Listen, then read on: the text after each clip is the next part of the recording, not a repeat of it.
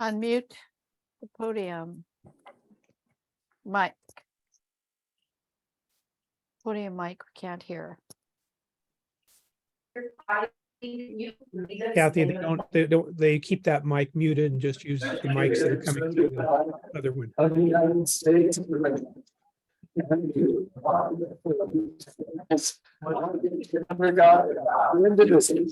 With liberty and justice for all. Okay, soccer. Oh, really? Already? Wow. Now.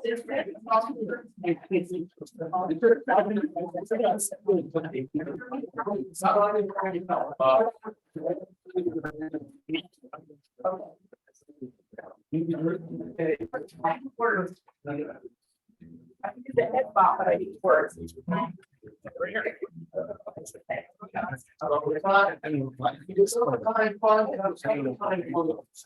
That heat was, but even though school blew, but now that's something there.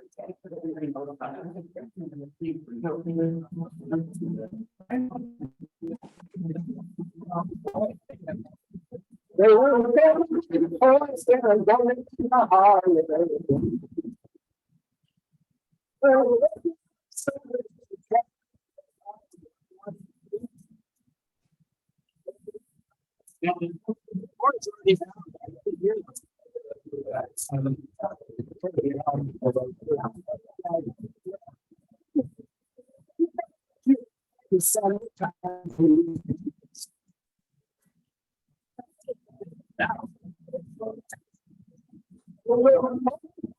Son, you gotta make some money.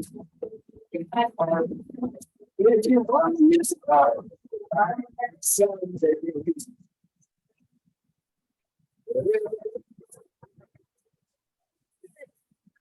He needs a car, but if he didn't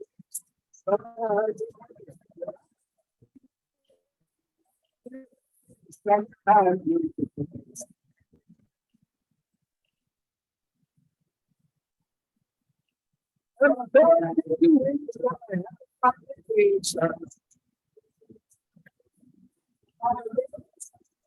to the United Nations.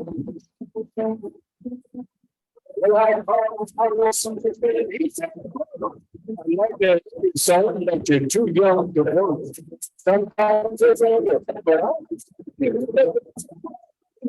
sometimes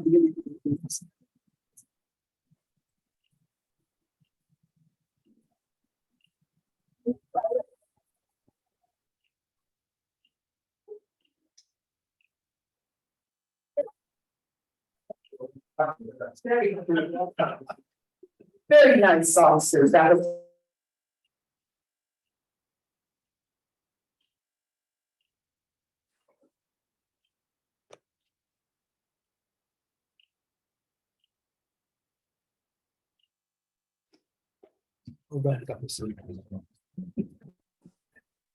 There's a battle of the blockbusters going on.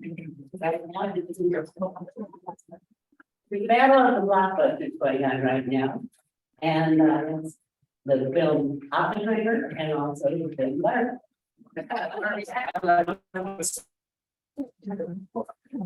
Oppenheimer, as some of you know, is the man who had Lotell was directed the building of the atomic bomb. And I went to see that movie. Have any of you? Was it good, right? It was really good. I won't ask any of you to go to the party.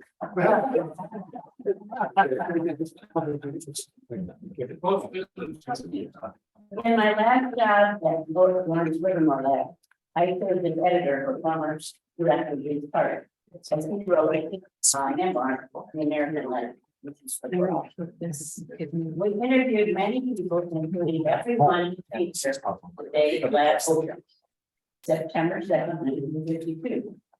The thermometer read 111.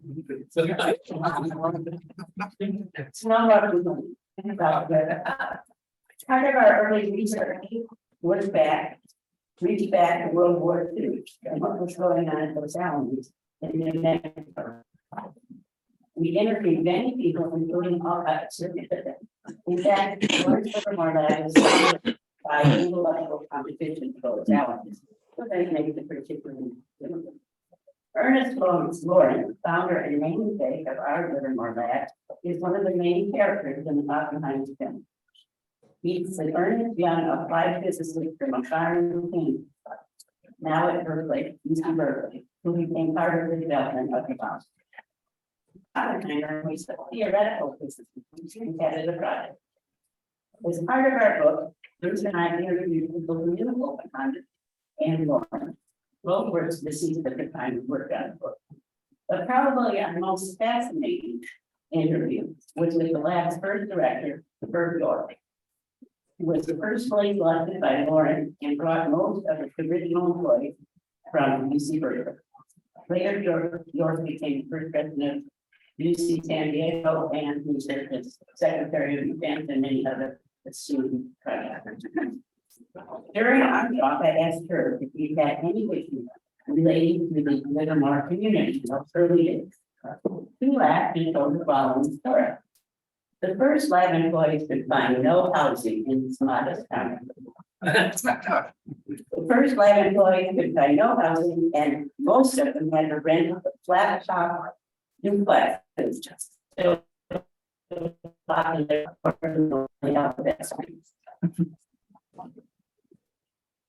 Director Herb York himself lived in one of those duplexes, but they took down the wall and made the two into one. So Herb called on Livermore Gilbert and asked him to design a new track north of East Avenue for his employees. What he did, very proudly, he set up a track called Atomic Wiggers. And the streets were named things like Proton Place, Proton Street, the Electron Road, and Adams Oven. At some point in our interview with Herb, I said, absolutely. That's perfect. So those very same streets today are named after famous Eastern universities like Princeton, Yale, Harvard, and a few like California and Pomona. And they were first populated by young lab families. In the early days, Ernest Lawrence often cruised those streets in his baby blue Cadillac. And the people would come out in the streets and wave at and take that. Now, I also interviewed Lawrence's son, Robert, who was a well-known pathologist in Stockton. And he said he hated the kind of class, but he disappeared and he never come back and he fit in the car. He also told me that his dad liked to speak down East Avenue. There were no spotlights then or stop time. Robert told me that he thinks his dad got up to 100 miles per hour.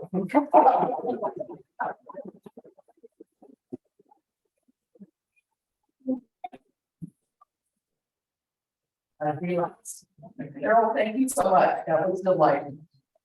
Okay. Okay, let's introduce the front line. We have Christine Lusky is our spur reporter today. Ted Michaels, spur publisher. And our webmasters, mistress. Jackie Coyle, I should ask her if that's okay with her to say that. It's not a word, that's it.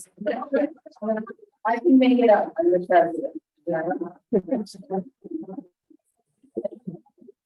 Photographer Ernst Dallas, getting our best side, all meetings, thank you for. Joel Swanson, you're our audio visual person today. Thank you so much for working with me. Zoom host and chat monitor, Pat Coyle. Thank you, Pat, for stepping up. We appreciate it.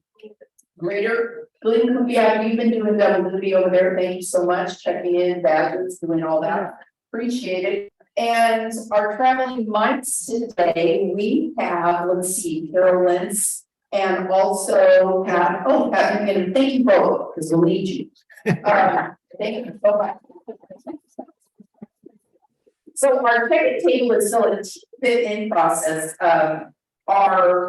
actually, Sonia was checking in people, she kind of was in the back a little bit catching you, and then our sergeant arms actually is out floating around for 50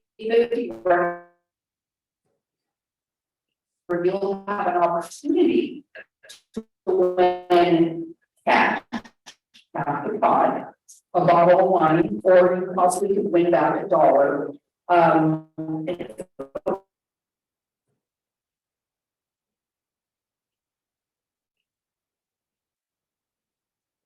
Wow, another bad one.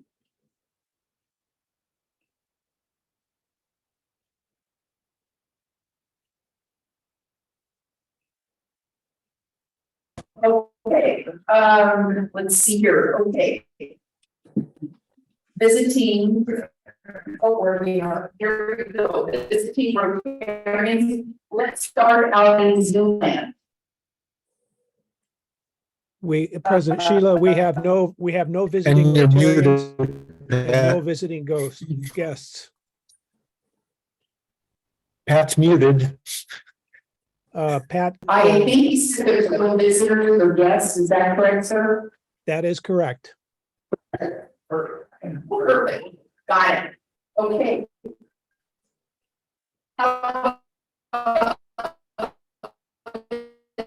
Visiting Rotarians amongst us in the room. We get that microphone going around, please. Madam President, and so introduce someone who document, and I think everyone knows it, but I forgot his name, though, Bob. This is Bob.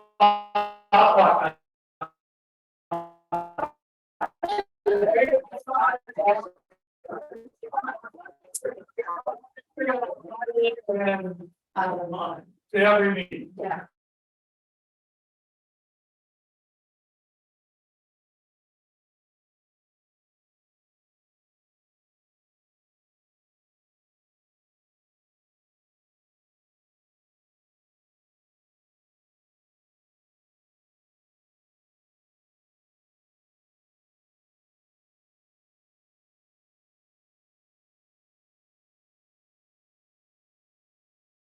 Dennis, it's great to be here. I was going to, I didn't know Bob was going to show up and I was going to say, what do you want to say? Fellow Rotarians. Yeah.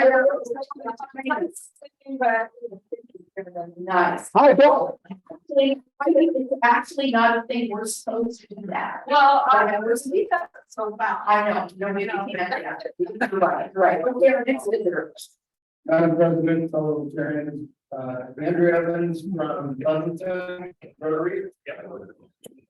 And Hello, fellow Rotarians, thank you for having me here. And Dr. Bob, it's nice to see you as well.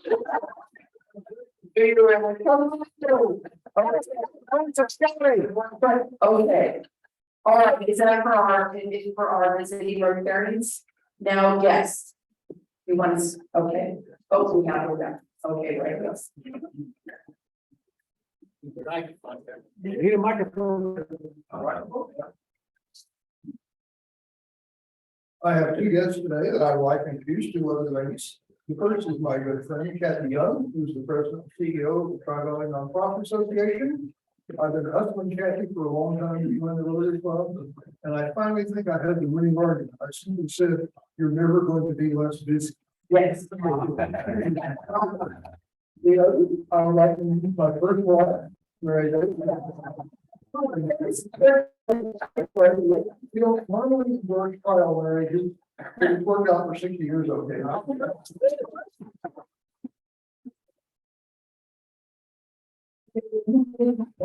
stories, and our peoples. Yeah, touche. Okay. And is that it for guests? Okay, fantastic. And we're turning to Mark. It's my pleasure to introduce.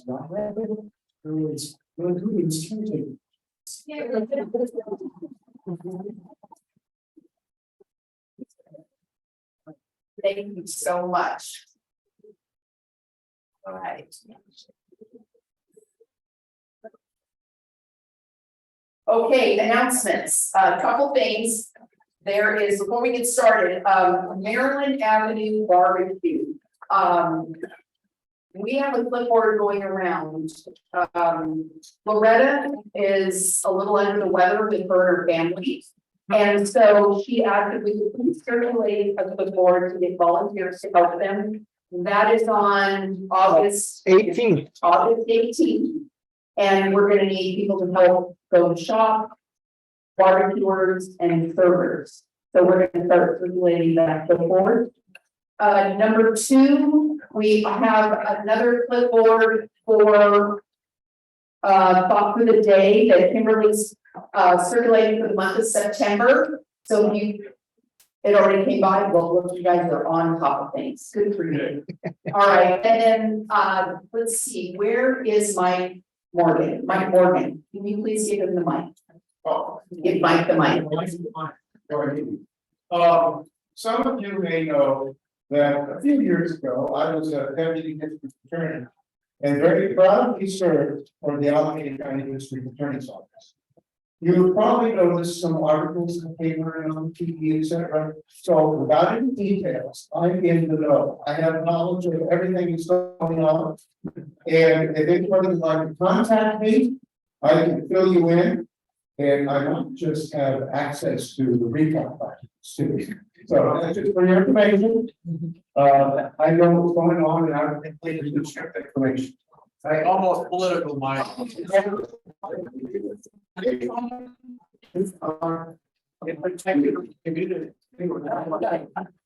All right, we, our board meetings, just a little update, we have to change the date of our board meetings due to a conflict. So instead of being the third Thursday, it's gonna be the fourth Thursday, which will be August 24th. 24th. So it'll be the fourth.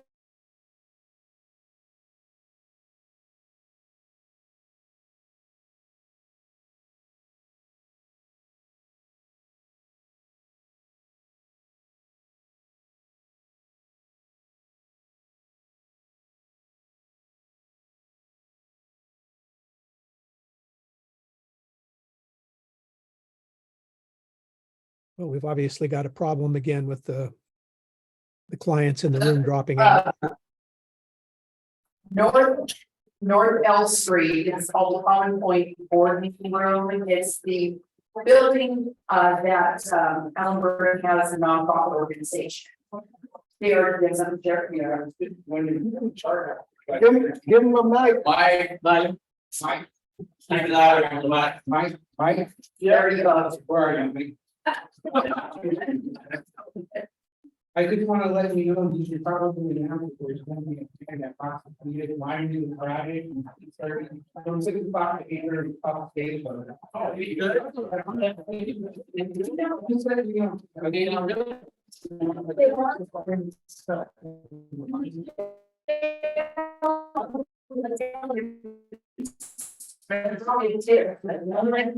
Some things, he's really good.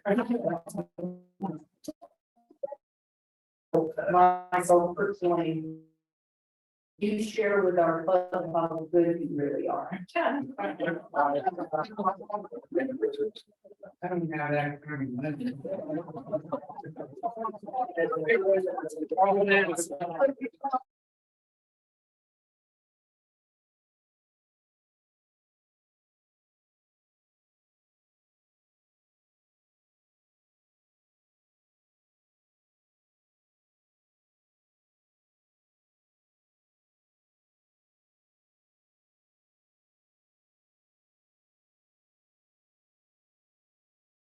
Most table that is something on flyer, we'll see, last week, Emily Davidson was here, her foundation is, Probable Wide, and there's a flyer up there, there is, a mile, approach that she is giving, they raise money to help them out with the fund stuff, you guys can hear a lot more about her next week, but this is a fundraiser that's going on right now, so I'm really, really great.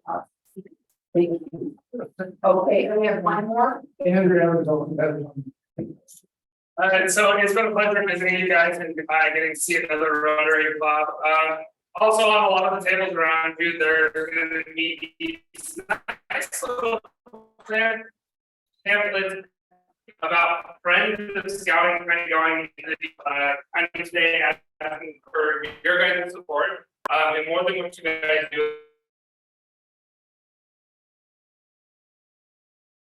Provide scouting to way more youth than just the 50 that you guys are currently doing. So I greatly appreciate anything that you guys do and give. And thank you again.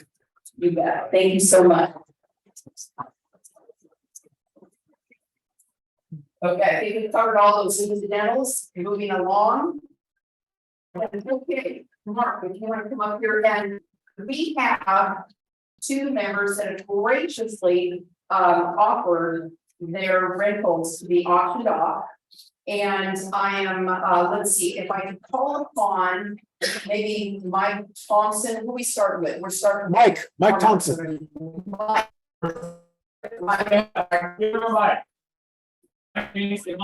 Oh, we're having this is getting expensive. It's not a rental, it's a condominium that seven of us owned. So was eight. So I only have it 8 times a year. We have several members of our club that also are there. I'm leaving for a trip on the 31st, which is a Thursday. So that week beginning the 31st of August, out on the following Thursday, is available for anyone that wants to see at least $1,800.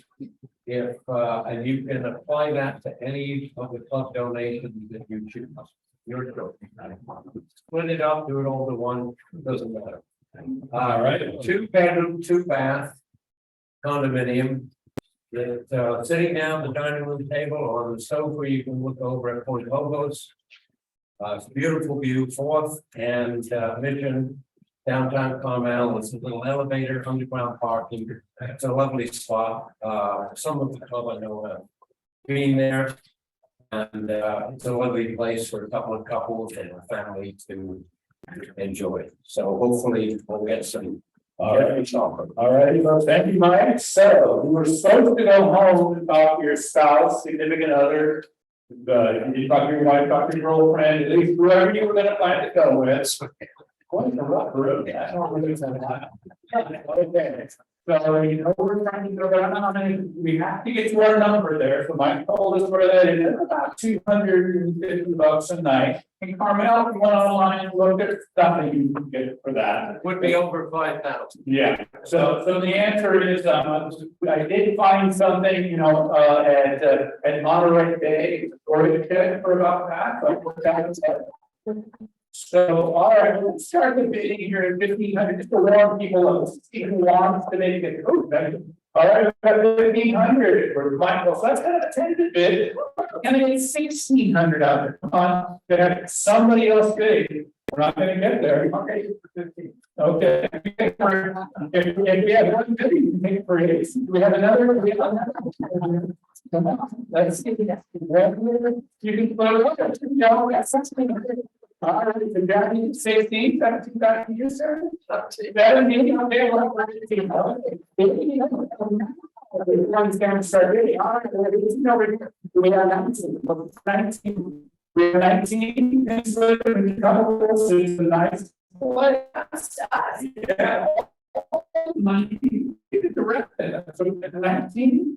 Right now. Looking for 19.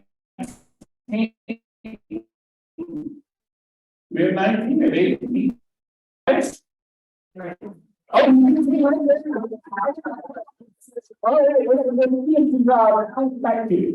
22, 32. I mean, come on, look at that. You know we have fun with that. I know.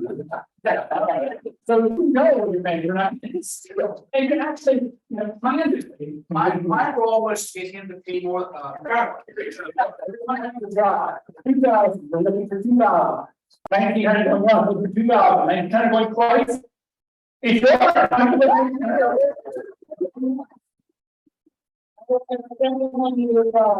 is one, let's see here. So, there we go. Wow, that looks nice.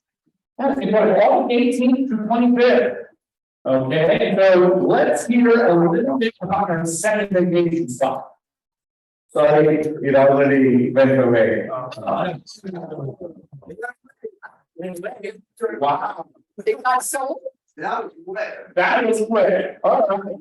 Well, thank you very much. You can let our people know. Okay, sounds great. Thank you so very much.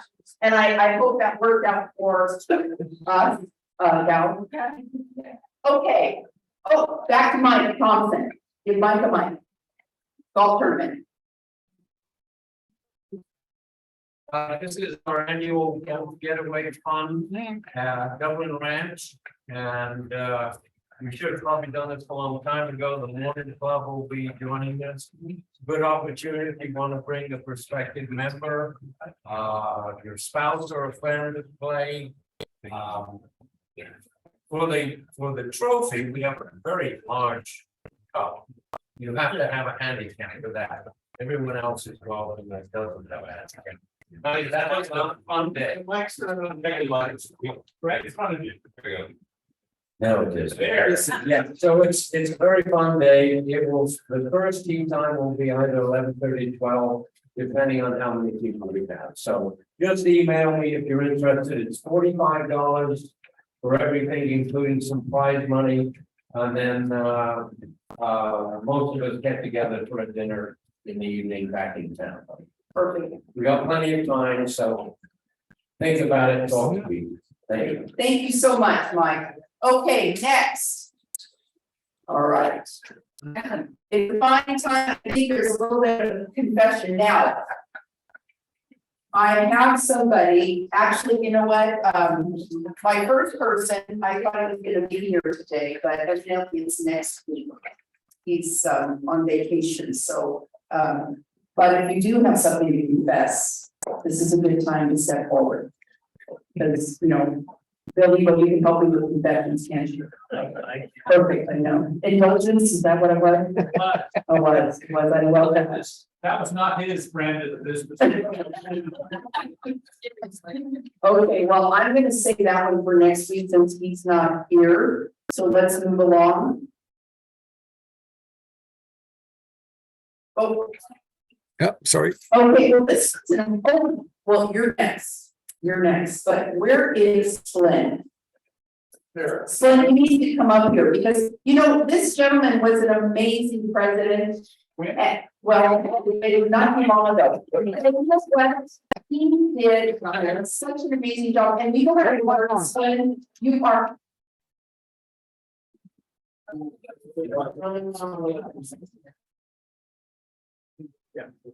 Don't worry, Jim, I'll fix them. Yes, so you know, he did an amazing job, and now I understand how busy he really was, and there was a lot of things that you had to give up.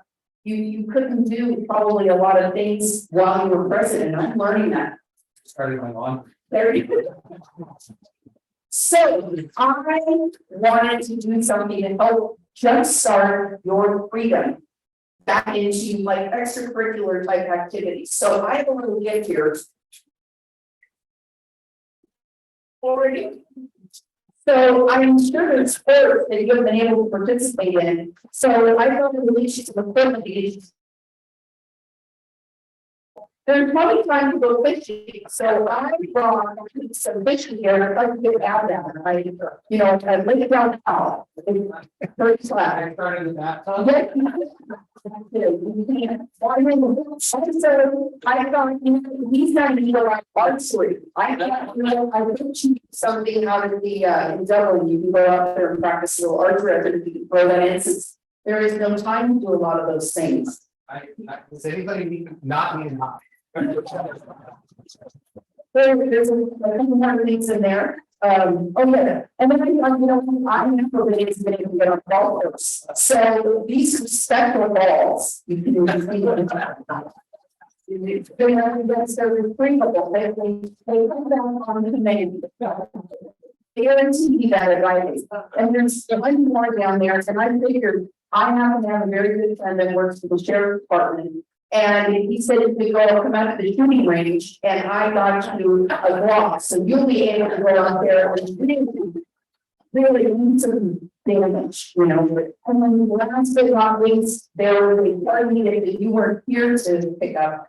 So I wanted to make sure you got this, you could put this and save it and put it to. Please, Bob. Yeah, oh, you want it. You're doing it. Yes. Cool. Apply for my track. There you go. Slim, once again, I didn't get a chance to thank you guys. Thank you so much.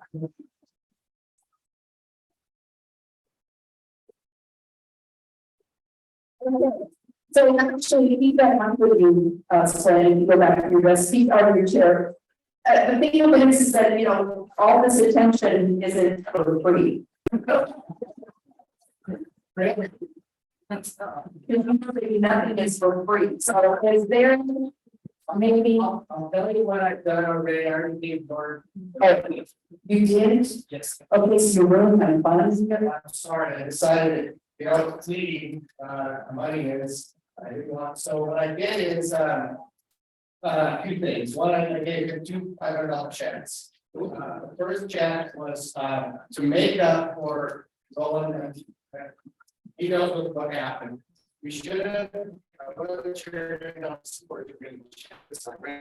Picking out.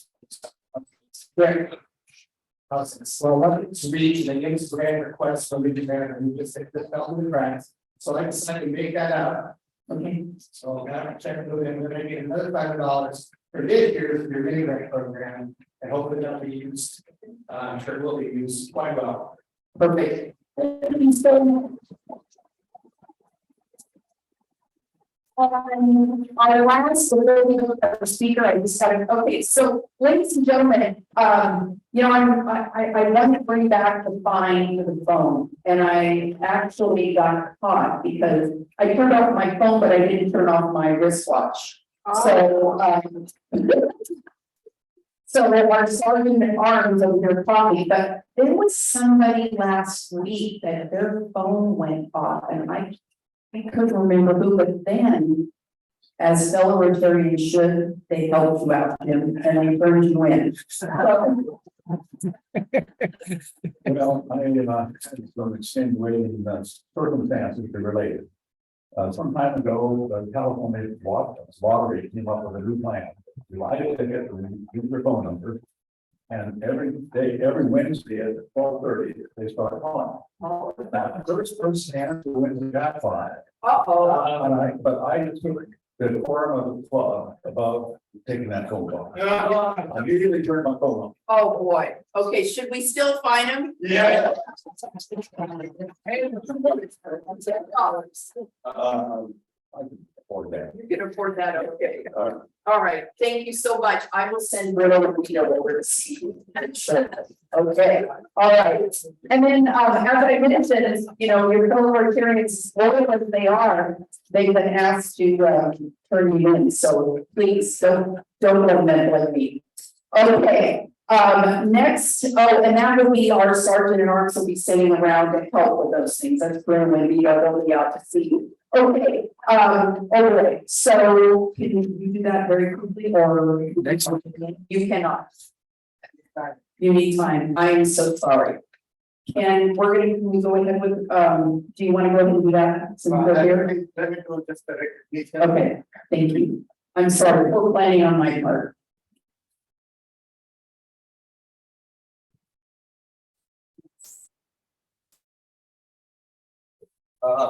Alright, so I'm going to cover the one item of the agenda, that is the TRF recognition. So since I'm all prepared and the recipient is here, so I'll go through that. I'd like to have Jay and Mary come over here. And we are recognizing Jay for reaching major donor level discounts.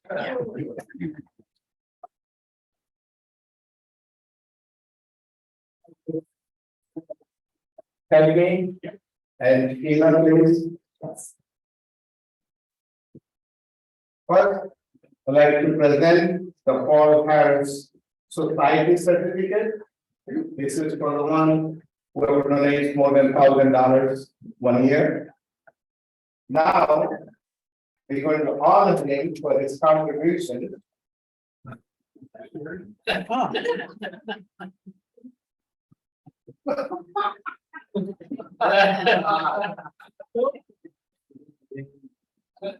Hey, you know, don't like this? So he received the crystal. Very open up there. Careful. Very carefully.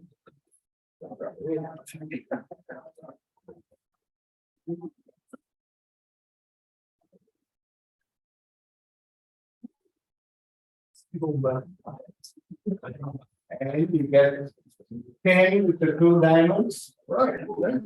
Why? And you get a pendant also. Thank you. Wow, guys, very pleasure. Thank you. Thank you. Thank you.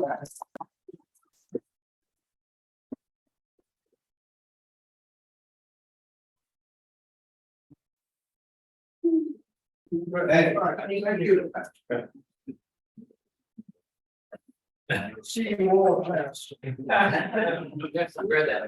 I gotta wear it. Next Okay, yeah, I apologize for not allowing time for that, we kind of got too many announcements in there. There's 1 week behind that. Yes, yes, oh, yes, I have a confession to make. thank you. Hurry. It turns out that my phone went off. We didn't hear it, but some of our Rotarians heard it. So I am confessing. Perfect. And $10. I will join the President's Club.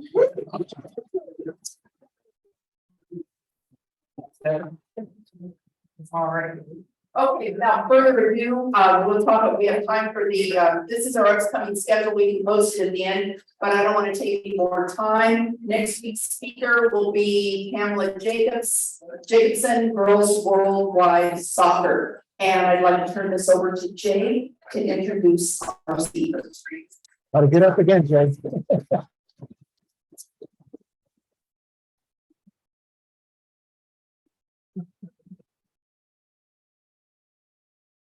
Well, I'm getting a lot of microphone time for past president.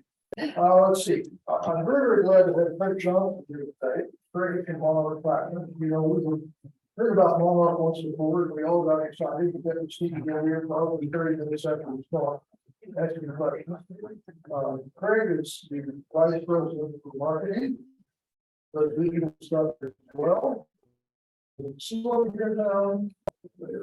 We electrically have the notification on the tractors.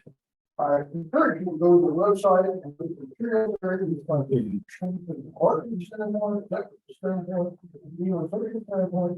I think it's there. I have not yet found the information for the veterinary. We let me convince Mary that I really need them all. We do the world of my 1 acre.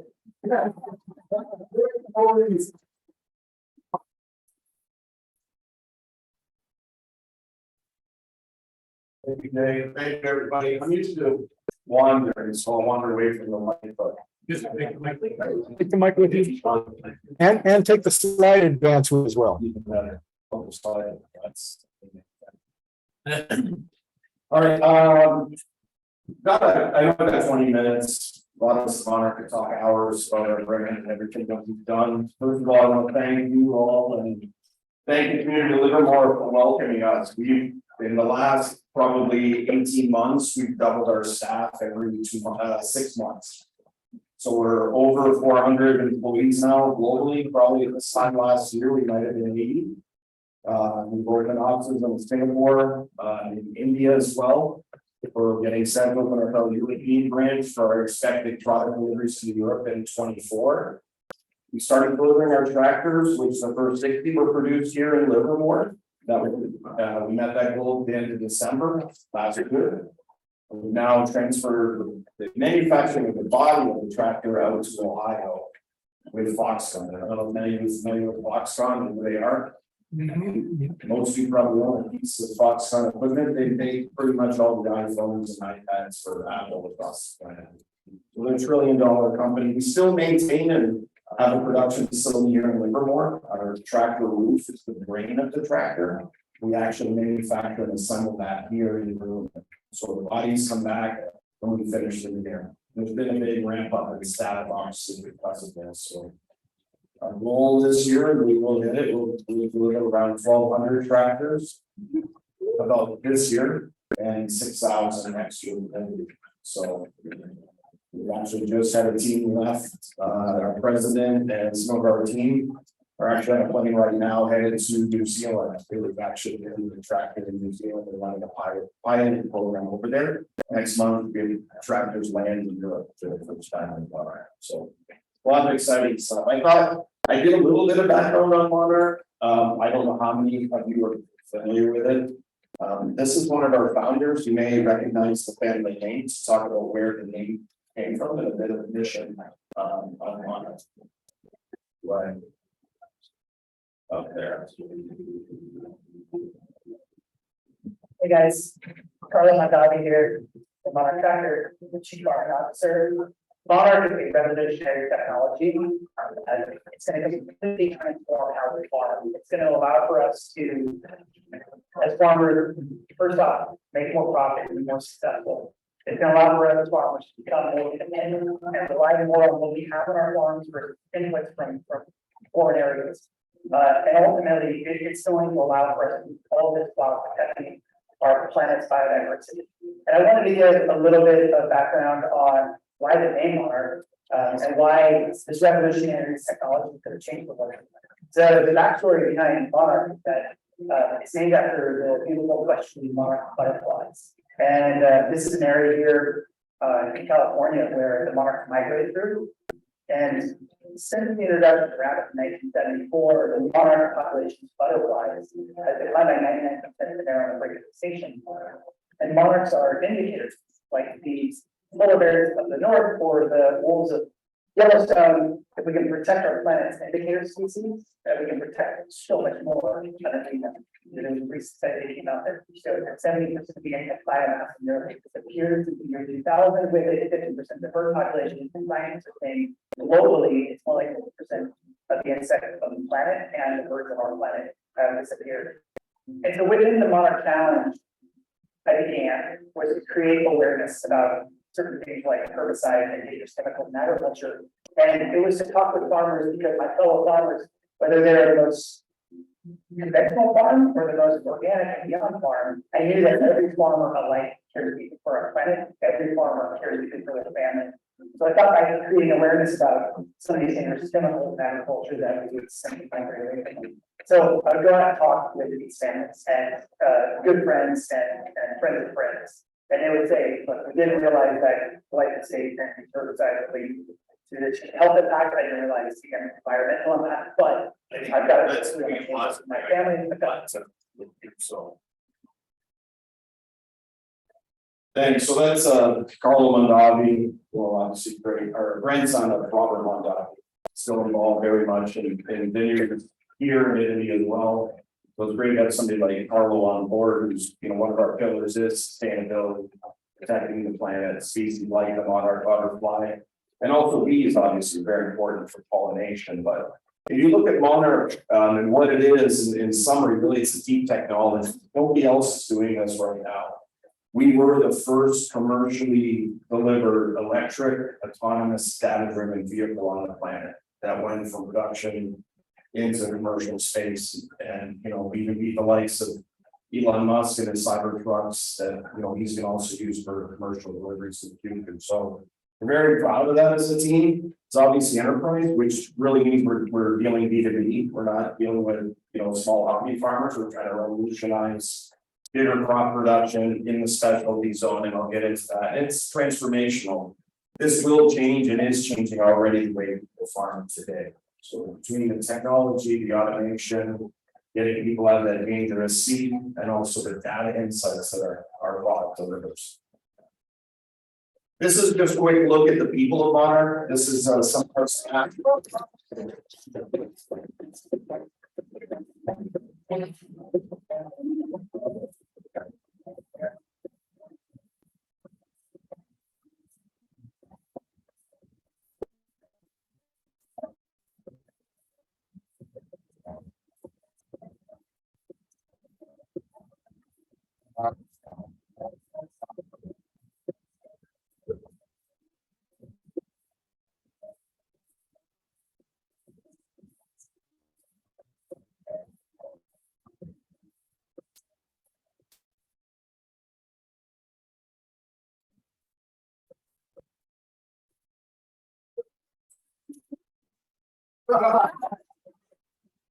But I think a little fun there with the team, but really for me, one of the reasons I joined Monarch was the people. And even, I was surprised they didn't make a joke about this, even took in a Canadian, originally from Canada. If I say certain words, they make fun of me back in the office, so I've learned to add a W to sorry. Say sorry instead of story. That gave away for Canadian. So I do have that on me. The other thing is, you know, being Canadian, it's law that we play hockey. So yes, I play ice hockey, still play today. Probably shouldn't, getting a little old for it. I do have the stitches, not in that one to prove it, and the missing teeth. So again, it's law in Canada. And obviously in Canada, we have a lot of farming as well. So I grew up in a farming community. It's part of what drew me to Monarch. The platform, the technology, the ability as a marketer to talk about a product like this is quite easy. So this is, you know, kind of a couple of our pillars with profitability for farmers. Most of them are not profitable, and obviously building up the planet's sustainability as well. So we can protect the ecosystem, not only the soil, but the air emissions, etc. So we look, you know, basically here, more than 1/4 of the world's greenhouse gas emissions come from agriculture, forestry, and land use change. So we're looking to help to, you know, reduce that, obviously, through electrification. This technology and systems are improving greatly, even since the company has started in 2018 up until now.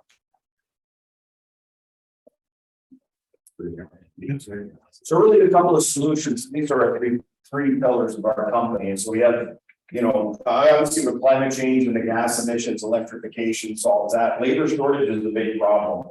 A lot of our youth are getting away from farming now because it's not exciting. They've seen their parents with their grandparents, and they're like, look, I want to go to the city, I want to go to college, I want to get an education and move on and not farm because of how labor intensive it is and how it's very difficult to also get staff these things. So through automation, we're able to help that. One operator can run 8 tractors from their office, from a computer, their tablet, their phone, and know exactly what's going on 24/7. And then food traceability and safety is a big thing now. We know that's here in California, that's moving across other geographies as well. And that's really the data that the tractor provides, cameras, the technology, and capturing that. So we're able to identify a disease or moisture problems, and the tractor reports that and reports that back. So rather than spraying a whole field, you would spot spray a certain area instead of the entire field. So just, you know, as I said, we're 200 plus talented people here in Livermore, almost 300 and growing up to 400 by the end of this year globally. Some of our founders that are here, along with Chris Whitney, who's our CTO.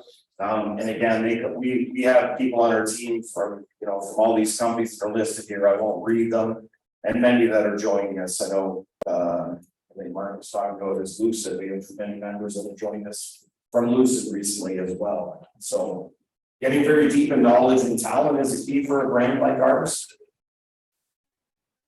Quick look at the tractor. This is the newer version of this. We call it Founder Series. We've got a swappable energy dense battery that's up in the front. That's the bottom call out there. You can actually remove that and change it. So there's not a downtime on the tractor if you have to charge it.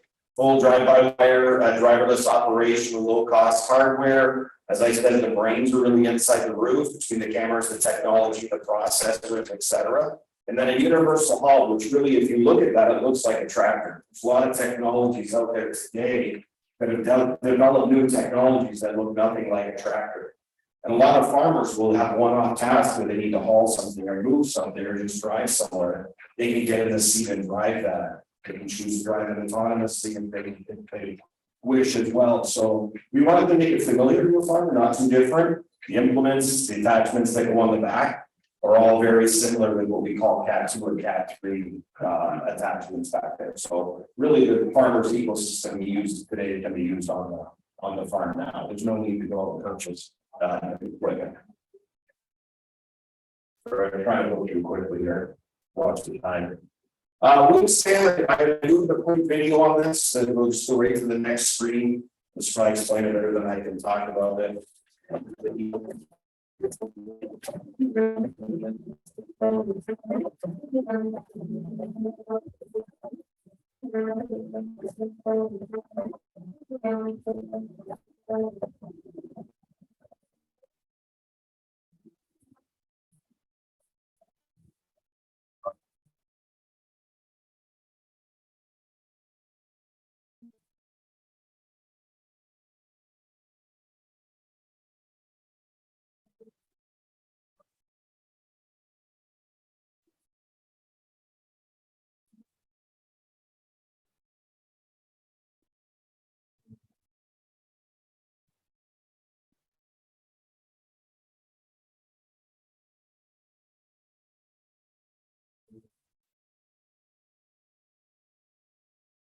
So not only do we produce an electric tractor, we obviously produce the software that drives the automation, but also the data collection, the insight for the farmers. They're able to see this and have visibility across their farm 24/7. So they know where a tractor is at any given time. They can program it to see the operation. If there's a problem, we can get an insight or an alert on the phone to see what that problem is. The cameras on the tractor will actually take a photo and send it to the operator. So gives 100% visibility on the farm. I talked a little bit about most of this, so all the different operations. I know that was one question I had earlier. I'll probably answer a little later. We can move past this one, please. And then again, it gives you the where, when, who, and what, right? So again, it's that complete visibility. Old days, we send out a tractor, farm hand goes out, does some work.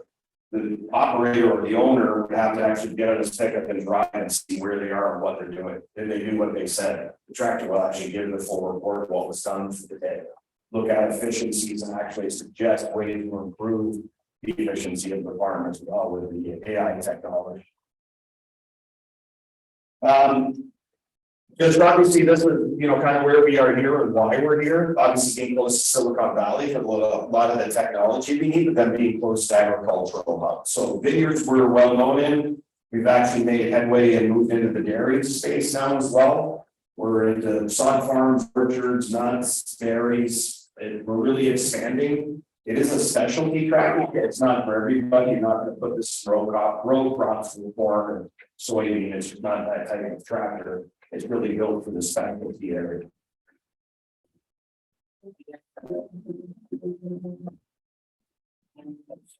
My name is Doug, and I'm with farm, and about the town up here that Jim Stack. We've been farming for the last 22 years, and we're very interested in technology that they can bring together.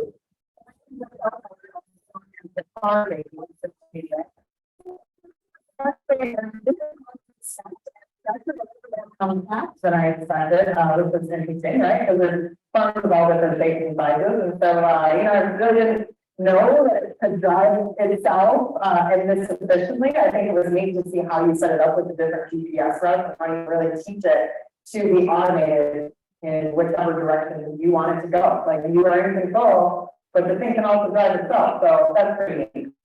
My name is Heather Craig. I'm with Love Power Equipment. We're an equipment retailer in Homestead, Florida, and we're considering the Monarch tractor product for our customers in the Florida area. It is going to help the farmer in terms of return on investment. When you can send a tractor out into the field and do a job, whether your laborer shows up today, doesn't show up today, you're ultimately going to get that job done faster without having to rely on the physical labor to complete that. As labor costs rise, as fuel costs rise, it makes sense for a farmer to start to consider some of these alternative products. And a tractor like Monarch that is autonomous and electric, you're saving on both of those things. So really any farmer who is looking to save money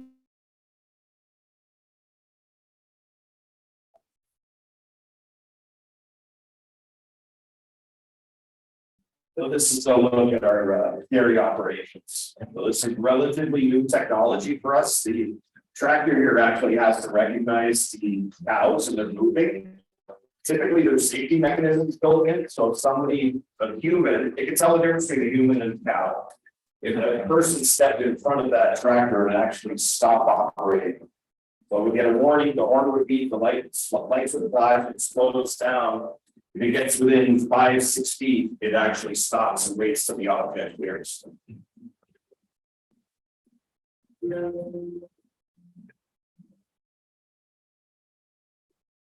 have anybody that's knows dairy farming that is associated with it? No. Yeah, so the interesting stat with dairy farming is that the more feed they push the cow, the more milk they produce. So on 1,000 cattle dairy farm, if you were to push an extra pound of feed to a cow a day, which the autonomous tractor runs 24/7 at night, 1 extra pound of food per cattle equals 2 gallons of milk. For 1,000 head of cattle, that's $100,000 profit for a farmer every year. That's not a big dairy farm. So it sort of changes the economic landscape for a dairy farm. So this is one of the reasons we got into dairy, because we were actually approached by a group that works with dairy farmers. And they actually brought the solution to us and said, hey, could you help us solve this problem? So we're working and we will be in dairy. We've already got tractors, actually that one's in a dairy now. And we'll be delivering more tractors next quarter to really help. So we're looking at probably in the vicinity of 400 to 500 tractors in the next 12 months for dairy farms. So that's how Monarch really is changing the landscape. The other thing, as I said earlier, in states, which is exciting, is that we in 2023 we've already generated almost 500 million impressions for Monarch for visibility. We've been a 2-time CNBC Disruptor 50. That's 2 years in a row in 22 and 23. We're recently featured in the New York Times. We were on the Today Show from when we were in Tulare for the World Ag Expo. And we were one of the only, ag invite to Amazon's Mars event. It's hosted by some folks. It's very tech focused, and we had a private invite to attend that. So, all right. I know I've got to wrap up. I don't have to take, I don't know if you guys share the presentation, but there's an interview on CNBC, and then the Mars talk is on here, which goes for quite a bit. So, All right, thank you so much.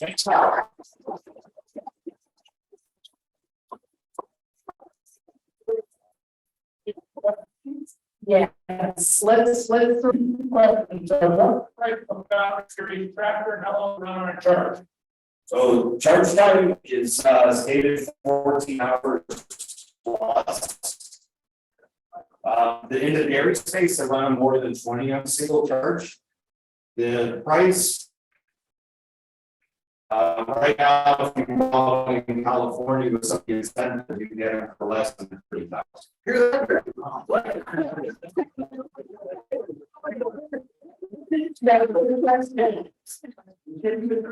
of sensors do you have on board?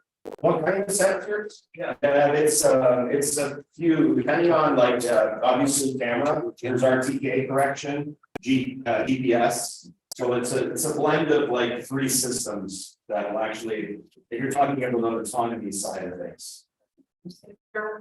Are you publicly traded? We are not yet, but that is the plan. But Where are you guys from today? That's a good question. I'm not even sure where they're going right now. I happen to know. Okay. What are some of the tasks you do in dairy situation? The biggest one is pushing feed. That's the most important and vital. If the cow doesn't get, food within a certain amount of time, they can have health issues quickly, like literally they can eat for 10 hours window.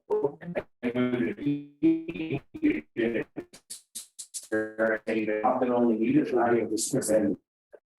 So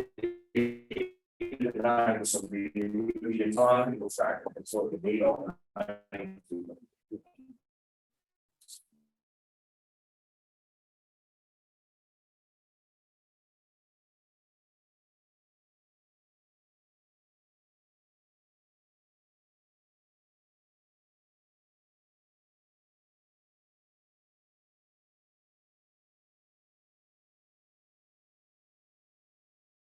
Obviously, another problem here. Connectivity is the new GPS, but there's also the data element, so you do need some sort of Wi-Fi or satellite connection. I'm curious, at the beginning, you talked about, the, Carl and I talked about the, where the name came from, and probably, some of the. Herbicides. Herbicides. Or. The insecticides at various times. Yeah. There's now an intersection between what you do and that activity, is that correct, or are you also working in that space somehow? Well, there is an intersection because we can actually go out and, for example, like with weed control, we often will spray. We can actually mow and mow more times than say a diesel tractor could. Because what the farmers know about diesel dust, the gas of the diesel, they don't necessarily want that in the brake for the products. So with electric, you don't have that, so they can go out and mow as many times as they need and control weeds that way versus chemicals.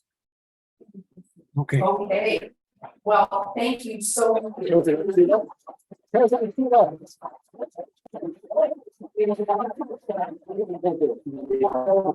of our members, thank you so very much, we appreciate that, and, One more thing, oh, one more thing. gotta draw a ticket. Oh, yeah, you gotta draw tickets, so get your lucky tickets out.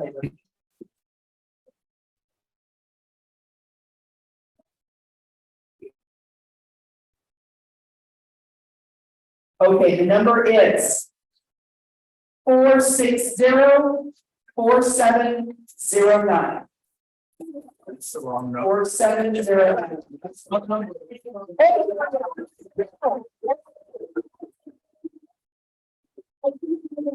If anyone else has questions, please. Thank you again so very much. We really appreciate it. We should have another.